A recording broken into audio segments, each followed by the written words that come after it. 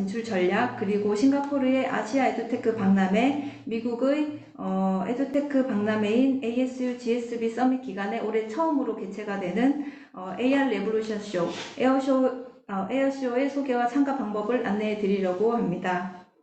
웨비나를 통해서 오늘 많은 정보를 얻으시고 해외 진출에 도움이 되시기를 바라며 몇 가지 안내사항 말씀드리겠습니다.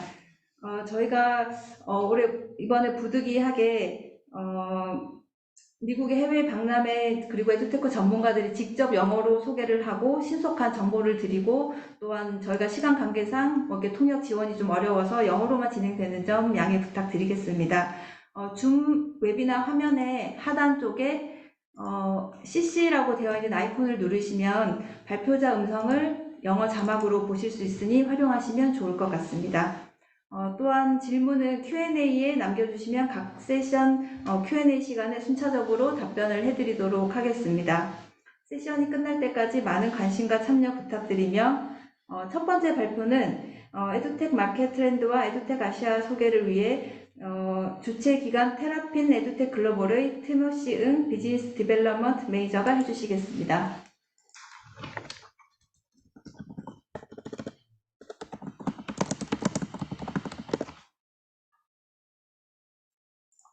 Hi everyone. Thank you so much to Boram and Hejung for organizing this webinar for EDUtech Asia. So if everyone allows me, I would like to share my screen with you guys on the EDUtech landscape here in Southeast Asia. Give me a second. All right. Are you guys able to see my screen now? Okay, great. So I'm from the EDUtech Asia team. My name is Timothy. I'm the Business Development Manager. I have a colleague with me, but she is not named in this chat. Her name is Jessica. She's actually our Marketing Director for EDUtech Asia. So before we go into the show, we would like to share more about the market research that we have actually done for the Southeast Asian market. So this page here, this is the first page. So this is more like an overview of the EdTech market here in Southeast Asia. As you all know, in the last 3 years, I would say starting from 2019 down to 2020, COVID happened. And what happened then as well was that everyone was in a lockdown mode, not just in Southeast Asia, but of course across the globe. And because of that, as you can see in this figure number 3, from 2019 up to 2020, there was a lot of people who have started to adopt the internet as new internet users. So that's 40 million in 1 year, compared to 2019, or rather from 2015 through to 2019, there were only 120 million. So you can see this jump was exponential. And the reason for that was, of course, everyone was stuck at home. Everyone had to work from home. And everyone also then needed a way to communicate with others, whether it's their friends, their families, whether it's work colleagues, whether it's for work.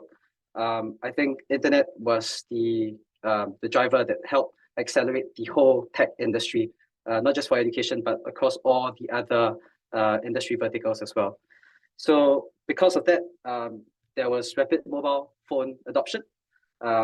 Countries across Southeast Asia started going on to their mobiles. They started using more apps, more softwares in their mobiles, in their desktop. And at the same time, because of that, the telcos, the ones that are providing the internet, the Wi-Fi, the broadband, their charges, or rather their pricing across all of them had gone competitive because there was a demand. There was a sudden urge and a surge in demand for people to get on the internet to do their work and so forth. So that was what happened, and that was what actually happened and helped accelerated the whole edutech industry in 2019 and 2020. As you can see on figure 6, this is not the latest graph, but you can see that these are the total number of edtech companies across the Southeast Asian countries. So Singapore stands at the highest at 421 as of 2021, followed by Indonesia, Pakistan, Vietnam, Malaysia, and so forth. So yes, the growth, the acceleration in edtech companies had grown significantly throughout the last few years. In Southeast Asia, there's a company in Indonesia called Ranguru. They are an online learning application that actually provides interactive solutions for the K-12 segment. They started in if I remember correctly, it was about 2016. Number of users they had started at 7.5, but through the pandemic, it went to 17 million in 2020, 2021. And as of last, when I checked, the numbers have exceeded even further. They have gone up to over 40 million users on their platforms. And that's across 3 different markets: Indonesia, Thailand, and Vietnam. So there is a very strong growth of EdTech companies here in Southeast Asia. So on to my next slide. These are the challenges for EdTech companies, what EdTech companies face in Southeast Asia.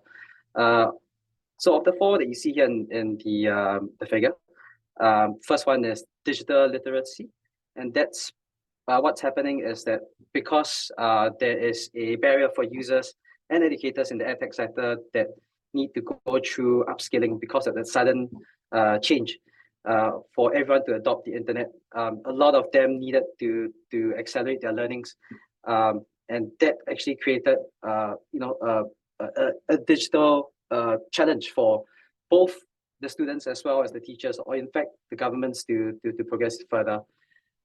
Further down, or the next point is the digital divide.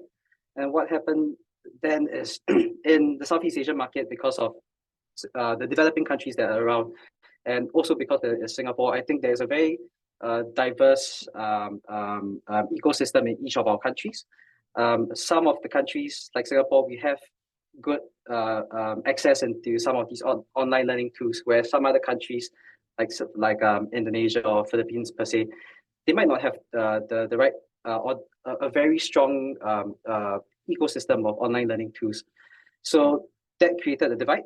COVID also helped create a divide. And later on after this webinar, if you go into this link that I have down here for the research work that was done, you'll see that there are disproportions of students based on the different geography and income level, and why is there this divide at the moment.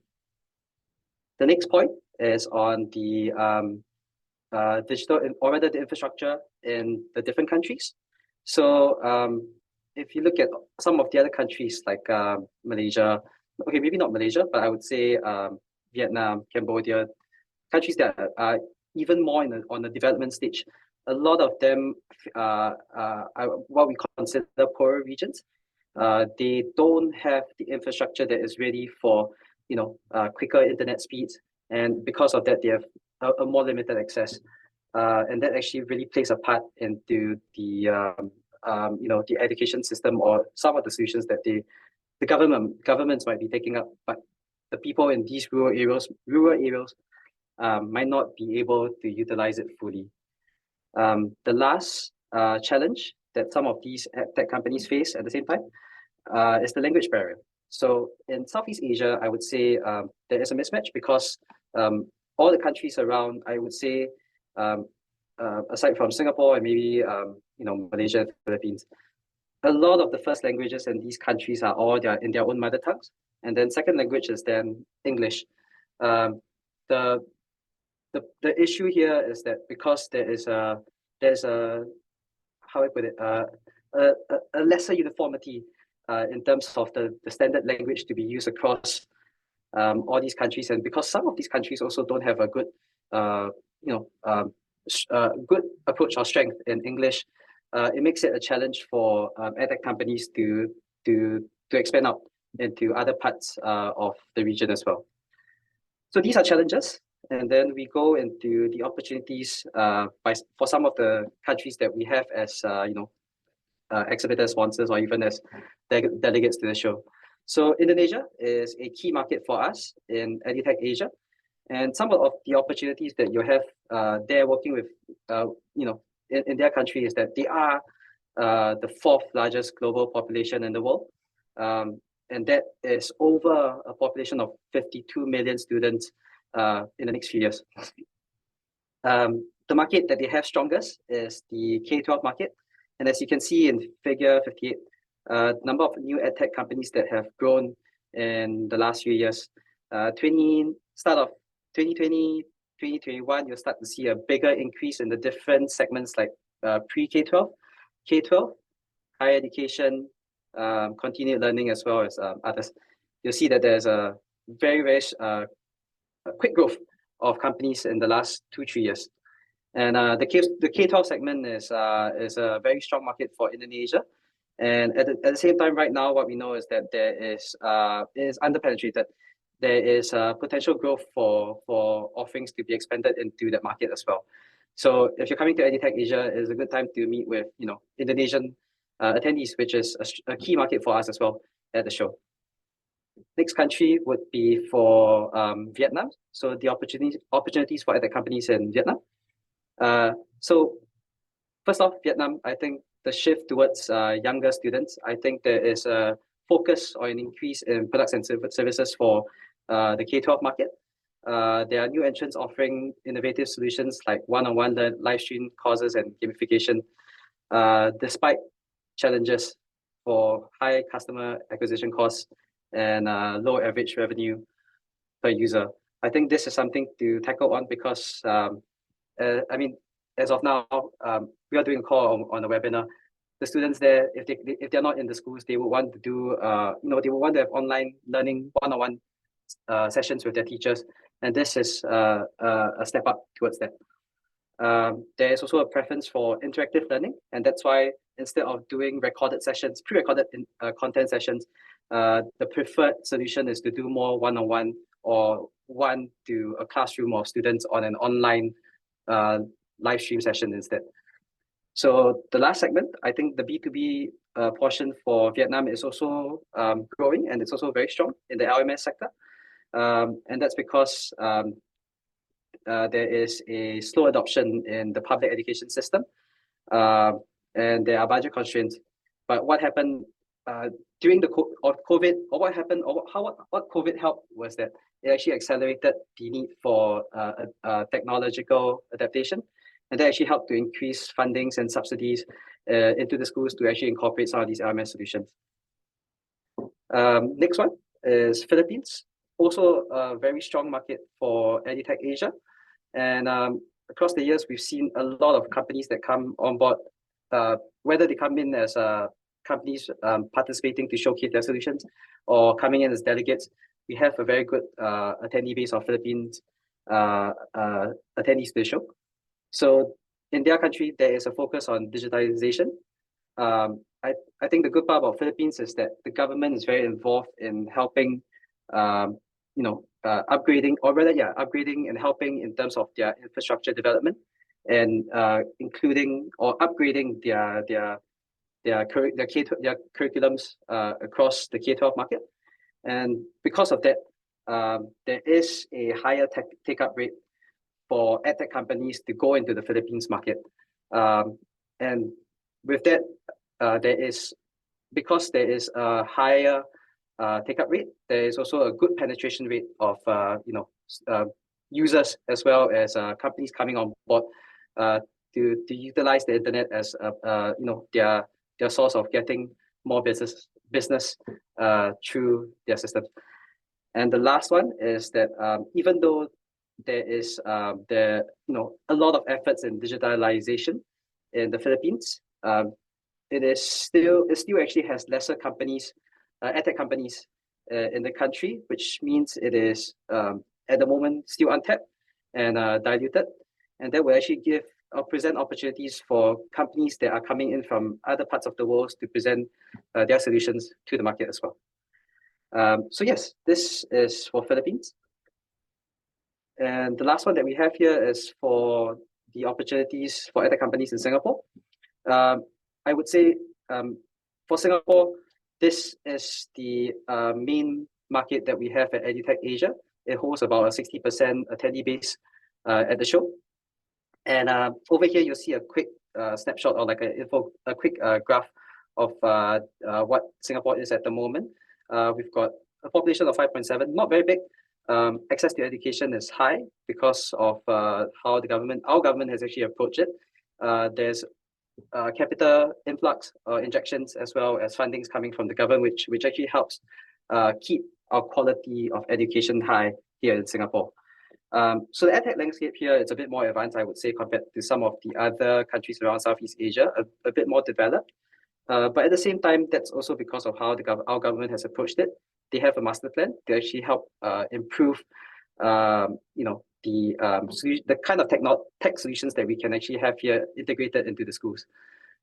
They also provide government support, and I think because of that, it actually benefits both the startups as well as the companies coming into EdTech companies coming into Singapore to actually get their solutions out there across into the market. And I would say in Singapore, some of the solutions that we are looking for, or rather the schools are looking for, include those in the LMS sector, because of the influx of digital platforms to complement traditional learning platforms. Schools needed more LMS systems integrated into their businesses. Likewise for the AI solutions as well as the STEM solutions, there has also been an uptick. So these are the opportunities for the different markets that you can work with here in Southeast Asia, and also to and for EDUtech Asia. And with that, I'll move on into the next portion of the webinar, which is for the overview or a very general promotion about EDUtech Asia. So this year, our show is going to happen between the 6th and 7th of November for the leadership conference and the exhibition. So for the leadership component, I won't go into too much details for it today. There is an agenda which I can share with Buram to share with the rest of you later on. But basically, in this conference agenda, we go into the latest pedagogy and how these different teaching styles and learnings can actually, or how tech can actually be involved into these different learning approaches. So in the leadership conference, there are different kinds of content. There are panel sessions, which typically sits between 3 to 4 speakers over a 45-minute session with a moderator.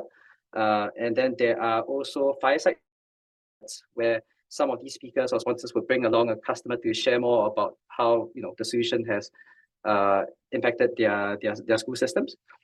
And then there are also case study presentations where we invite the school leaders or the lecturers and teachers, not lecturers and teachers, but more of the school leaders to come up to share more about how a certain product or solution has actually benefited them with statistics involved as well. So that's on the conference agenda portion. For the conference, it is a paid entry. So only if you purchase a leadership or rather a delegate pass would you then be allowed to enter the conference. The exhibition component is then the trade show side. So this is where we'll actually have the sponsors as well as the exhibitors come in with their solutions to showcase to the attendees that are coming to the show. This component here, the exhibition, it is free for entry. On the 5th of November is what we call a pre-event day, which we have some of the institution leaders as well as the sponsors organize their workshops. These workshops typically run in sessions or durations of 2 hours and sits between 30 to 40 packs or 30 to 40 delegates. So it's a mix between school leaders as well as teachers and lecturers. What they come in for is more on a more hands-on approach or kind of workshop. So that happens across the 3 days. The venue this year is going to be at Marina Bay Sands Expo.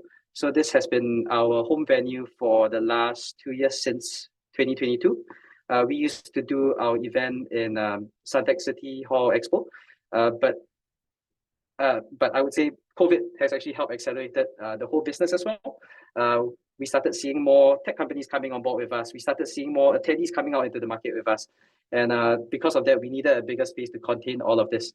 And yes, we've moved out to Marina Bay Sands Expo, which is a very popular tourist destination here in Singapore. So over here, this page shows you the EdUtech story that we have so far. As of 2024, we have 3 flagship shows. So Australia, which happens in August.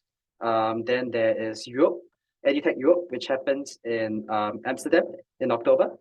And then today's discussion or today's presentation, which is for EDUtech Asia, which happens in Singapore, and this is in November. So when I mean flagship shows, they basically cover two components: the conference element, the leadership conference element, as well as the exhibition component. So that's what makes it a flagship show compared to some of the others that you might see in the visual down here. EDUtech CIO Summit Asia, this is not an exhibition, but more like a summit where we have panel sessions, as well as roundtables in a 2-day span. So this happens in June in Bangkok, and it is a closed-door event where we only invite CIOs. So these are your chief information officer, correct? They are the ones that will be coming to the show, or to EDUtech CIO Summit Asia. So this is 2024. EDUtech Asia actually started in 2016, and this is actually our 9th edition in the run. Up here, this number that you see here, this is like the growth that we had in terms of the database. In 2016, we only had about 14,000 unique database, but as of 2024, that number has multiplied by 10 times, and this is at 150,000 database that we have at hand. Okay, so on to the next slide. Sorry. Oops, give me a second. I think. Okay, apologies. All right, so on to the next slide. This is actually the 2023 attendee overview that we had last year, the breakdown. So in terms of a geographical breakdown, I would say on a year-to-year basis, we typically do 60% Singapore and then 40% from Southeast Asia and the other continents. Last year, we did 66% for Singapore. And then Philippines here, 5%. Malaysia, another 5%. And then Indonesia here, another 6%. So these are our key and strong markets in the Southeast Asia countries. There are other countries like Thailand, Vietnam, Laos, Cambodia, which falls into the 4%, as well as some other regions as well. So Korea, Japan, we also have a sizable number of attendees coming into the show because of the proximity. Likewise for countries like Australia, New Zealand, as well as India, China, Hong Kong, and Taiwan. China, Hong Kong, and Taiwan, I think this year, this 3% that you see here, this is actually something that we grew last year. And that's also because of the travel restrictions that have been relaxed between Singapore and China, Hong Kong, or Taiwan. And that's why we started to see more attendees as well as exhibitors coming on to showcase or to explore the show further. We do get some attendees coming in from Europe, United States, and the UK as well. But I would say for last year's show, we did about 5,389 unique visitors. So it's a pretty strong number. But this year, for 2024, I would say we are looking to grow the business and get more attendees as well. So on this breakdown, this is the profile breakdown. You'll see over here that a good segment of them actually come from the K-12 and the higher education institutions. EDUtech Asia traditionally used to be stronger on the K-12 segment, but since 2022, we've started to increase or have more content around the higher education segment as well. And because of that, you'll see that the distribution is pretty fair, it's pretty even. It's at 16% for K-12 and 18% for the higher education institutions. So your universities, your colleges, they fall into this 18% here. And then the other segment that we also saw growth included the ministries of education and agencies. This number used to hover around 2 to 3%, but last year we did 7%. And that's also because we have a closed-door policy summit that happens during the EDUtech Asia show, which we invite ministries of education personnel to come down, or rather Ministry of Education personnel from Southeast Asia to come down for a day's worth of roundtable and panels. So we have more MOE personnel coming down, and that's actually good for this ecosystem and good for them to actually explore if there are solutions that could be useful for their education systems in their own countries as well. The other segment that we have a good growth include the education tech providers as well as the non-tech education providers. a lot of these guys are coming into the show to, not showcase, but they are also there to look out for new businesses, new business opportunities, or other companies to work with, to partner with as well. And I think that's good. That really shows how strong that these segments are in the whole ecosystem. Likewise, for the distributors and resellers, we have about 5% of them coming in, which is great for overseas companies like yourselves from Korea to come in to find for distribution channels to sell into the Southeast Asian market. In terms of job function breakdown, we have a very sizable number from the decision-making side. So if you look up here, the top three icons that you see here, senior leadership team, the head of departments, the principals, the CTOs, the head of ITs, this portion here easily forms a good 40% of our attendee base already. So decision makers that you want to approach and reach out to at the show, they will be there. And I would say these will give you the connections that you need to help advance your business out into the international market. There are, and as you can see down here, there are other profiles to look at as well. So the teachers, the lecturers, the professors, these are also a good profile to look at, because they are the ones that help influence the decision makers on whether they feel the solutions would make sense in their systems as well. So this is by job function breakdown for 2023. Okay. So what are attendees looking for? And this is actually based off our registration from this year, 2024. So at EDUtech Asia, even though we are an EdTech show, we also do get companies from the non-tech solution side. So those companies include what we call EduBuild, which do into the school furnitures, the signages, even down to companies that are looking after mental health and well-being. They also come to EDUtech Asia. And I would say the point of it is because at the end of the day, the main objective is really for all of them to reach out and meet more schools that are coming into the show from across the region.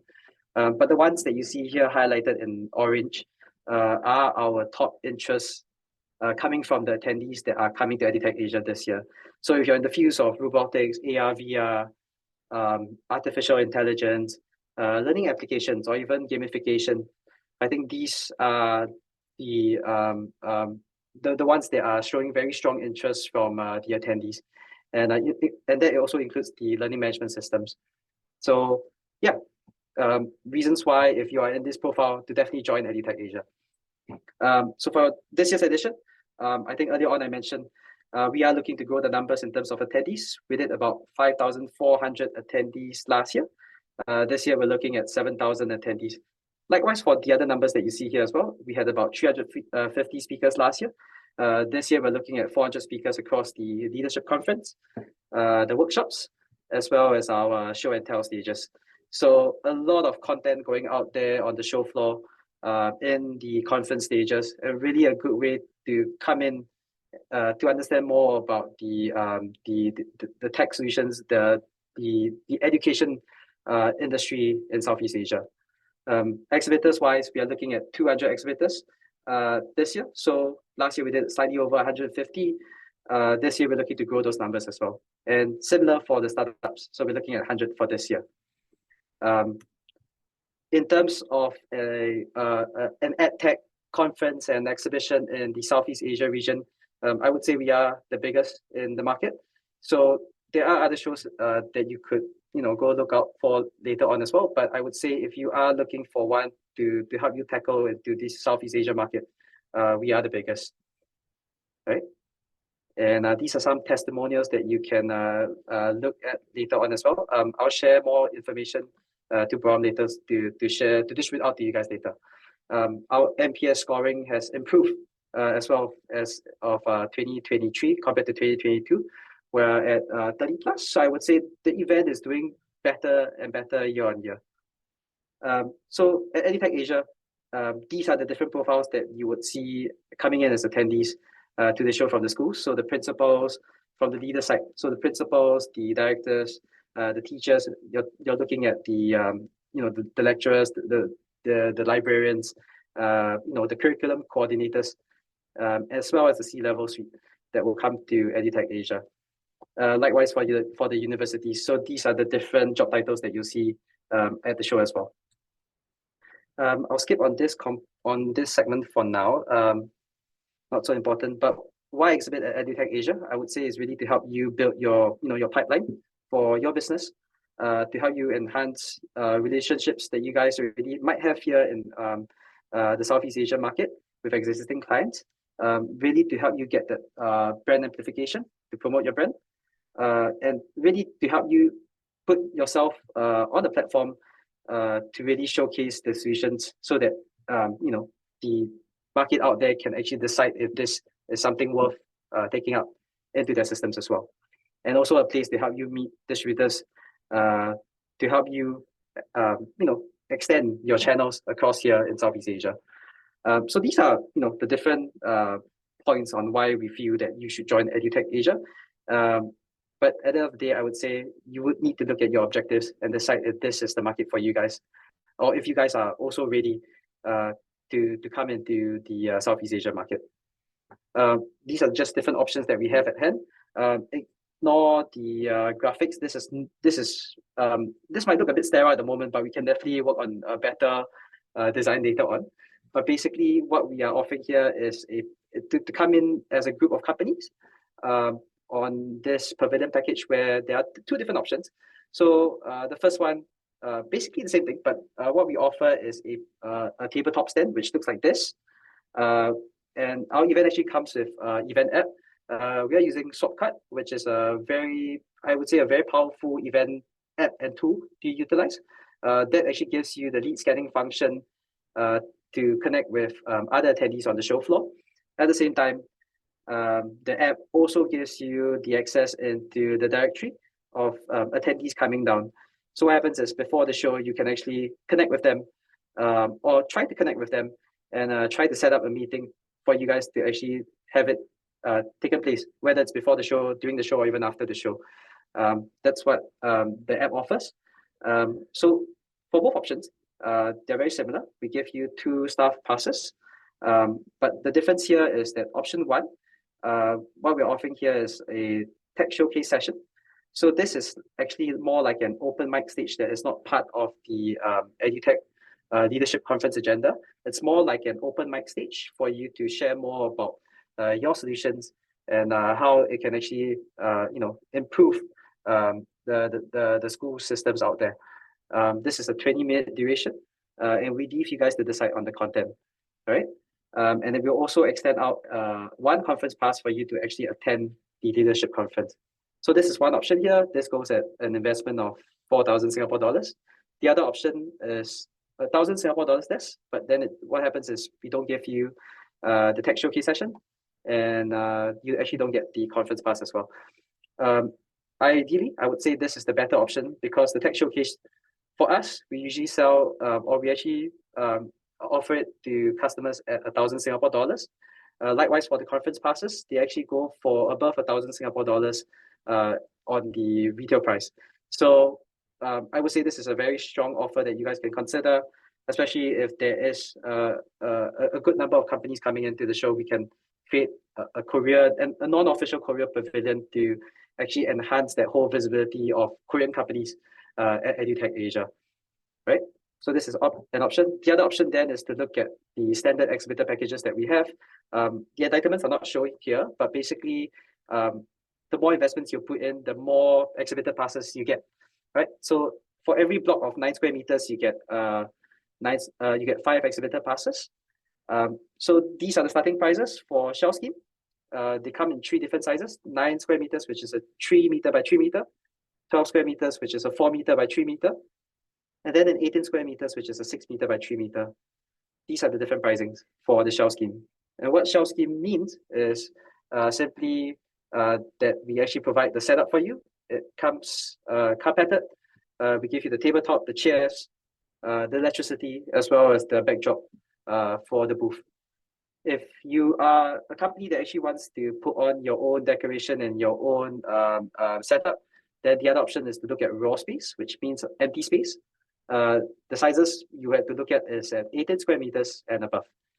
So yes, these are the different prices. And if you guys are interested, you can definitely contact me later on after the webinar and after you guys have had your own discussions, right? But these are some of the past Korean companies that we have worked with in the last few years. So last year we had companies like Ice Cream Media that joined us, AbleSoft that joined us, VSang that joined us, NeoLab Convergence, Robo, Wongjin Think Big, BP Lab, DESA that joined us in 2023. So last year we didn't have a Korean pavilion, but 2022 we had. So I think I wasn't here in 2022, but some of these other companies that you see here participated with us in 2022 and maybe the years before as well. I don't think this is the full list. There are actually more Korean companies that had joined us in the previous years. And on this page here, you'll see, I wouldn't say the entire universe, but more or less a big portion of the companies that have actually participated with us in EDUtech Asia over the last few years. So yes, we work with very big companies like Lenovo, Microsoft, which are our title sponsors. This year, they are also our title sponsors. And in fact, this year, we have also gotten on board Samsung. So Samsung is a new diamond sponsor to our show, and they'll play a very big part in a lot of the areas in EDUtech Asia as well. So I would say a really good year to come in and help improve on the education ecosystem here in Asia. So that's about it. This last page here is more like the integrated marketing campaign that we have. So it's a 360 view. You'll see that we have our event brochures that we disseminate out to potential companies that are interested to join. On our socials, we use LinkedIn, Twitter, Facebook, and a little bit of Instagram as well to share more about EdUtech. So what kind of content is actually being showcased at the show? We'll promote it on these platforms. Who are the companies participating? We'll also share a little bit about that. And that actually goes on our social media. So follow us, and I would say keep track on the latest updates there as well. We also do content marketing on a page called EdUtech, or rather EdUtech Talks. I'll share the link later on with Brown, which you can go into it to have or to look more into it. And yeah, these are the different other areas where we actually promote EdUtech Asia as well. So a very 360 view, and I would say a very good show to take part if you are planning to come to Southeast Asia. With that, I would say this is the end of my webinar. Thank you very much. And I look forward to having a chat with you guys soon. Thank you.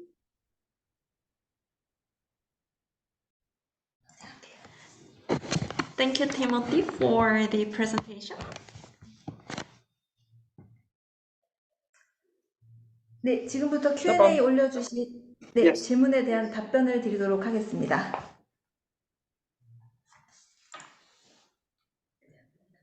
Now, Timothy will proceed to answer the questions. If you have Sure. any questions, so 질문 있으시면 Q&A에 올려주시면 감사하겠습니다.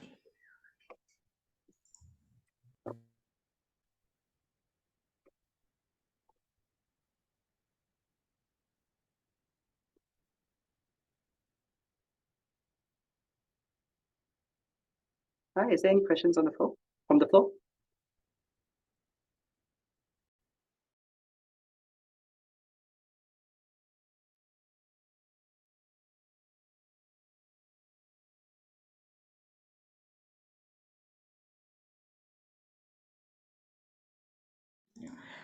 Okay, Timothy, I think we don't have any question for now. If we have more question, I will send it over to you via email.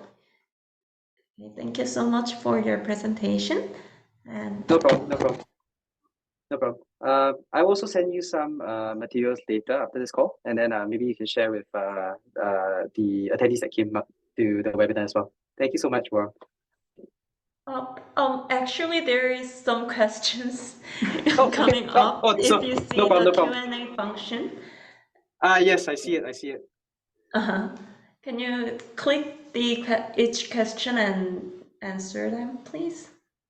Sorry, let me see. The Q&A. Got it.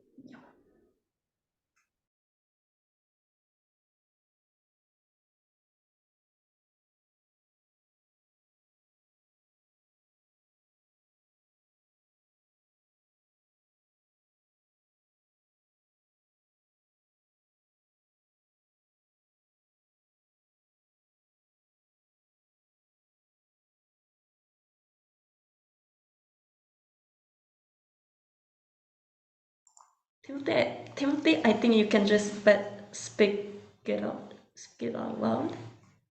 Okay, I'm actually typing. For the first question, so you mentioned how Indonesia has preference for interactive learning. How about other countries in Southeast Asia? Can you answer that? Okay, so for this one, I think I would say, to be honest, it is pretty much similar across the whole Southeast Asian market. But I think what we're saying here is that Indonesia actually has, a very big population, and I think because of that, and because of COVID, and because everyone was going online, they needed some sort of online interactive learning platforms, and that is why I would say because of their dominance in terms of population size, it was very important for them. But I believe the other Southeast Asian countries will also have importance placed in interactive learning. For BED Asia and EDUtech Asia on the next question, I would say the key difference is that EDUtech Asia is a show that I would honestly say we are a show that actually targets on the regional market. BED Asia, on the other hand, their focus is really into the markets that they enter. So last year they did BED in Thailand, and that's really more for the domestic market there in Thailand. This year they're doing BED in Malaysia. So the market then is really for the Malaysian market, or purely or mostly for the Malaysian market. EdUtech Asia, on a year-to-year basis, we are not one that goes on to, or rather the Asia show, we're not one that actually only targets a certain specific country. We actually target across all regions. And I think that is the key difference for us and BED. But on the other hand, BED also has their strongholds, and I think their strongholds are really more in the UK market or the Europe market. That's where they place a bigger emphasis on their show. Thank you. So we have one more question from Ray. In regards to the willingness to purchase digital-related products, do you think Indonesian market is the most attractive market at the moment, except Singapore?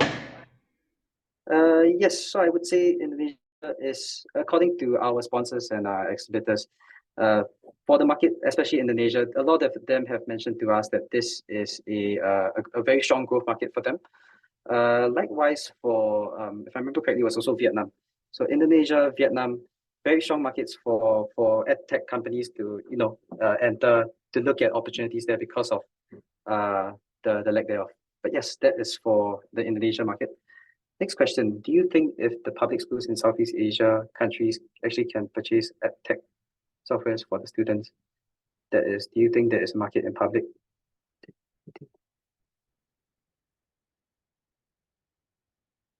Sorry, I didn't understand. I don't understand too much on this question. But if I would to answer for Singapore, I think So if it's for Singapore, I think working with the Ministry of Education here might be a little bit tough. I think the reason for that is also because they are a bit more stringent in their direction towards adopting new tech, and that also slows down the process. A lot of the companies that come here, I think, I would say the ones that are really targeting or trying to drive sales, you usually try to target more on the private sector. So that's on the that question. Have you seen Korean language learning introduced into the Asia market as an edtech? Currently, I don't think we have any last year. But this year, I am speaking to a company that actually provides language learning solutions. So they are trying to target Southeast Asian countries because I think earlier on I mentioned in my conversation as well that the second language for most of us here in Southeast Asia is English. And what they are trying to do is actually translate two languages that they have priority on for now, which is Japanese and Korean, into Japanese, Korean, with English, for these other markets, to learn more about or to use the Korean and Japanese language better. Next question. Thank you for the presentation. Are you aware of the AI digital textbook initiative in Korea? If so, what are your thoughts on the potential for such a solution? Okay, this one, I think I will have to skip on this question. Maybe I will try to come back to it later on, but I've taken note. So I'll skip this for now. Next question by Lee Hyung Woo. To be more specific, to what extent has EdTech been applied to the language learning process in the Asia market? On how big a role? So I think there is a strong emphasis on AI. Sorry, somebody answered the question already. Okay, skip the question for now. Next one by Kyuha Lee. I want to know the average price of online courseware in each country in Asia. Is there any way to research those kind of information? I don't have the pricing. I might be able to share some information to you, but I will need to check with an association that we work with to see if they do know of such or the average pricing across the online courseware. So let me come back to you on this question. Next one. I thought Thailand was the strongest market in terms of purchasing power. In general, do you think penetrating B2B market is tougher than reaching out to supervision? I think for this question, it really boils down to the solution that you're offering. I'm not too certain on the Thai market as well. So this one, let me come back to you on it. And then the last question, in wonder how many schools are in Singapore? Okay, give me a second, let me ask.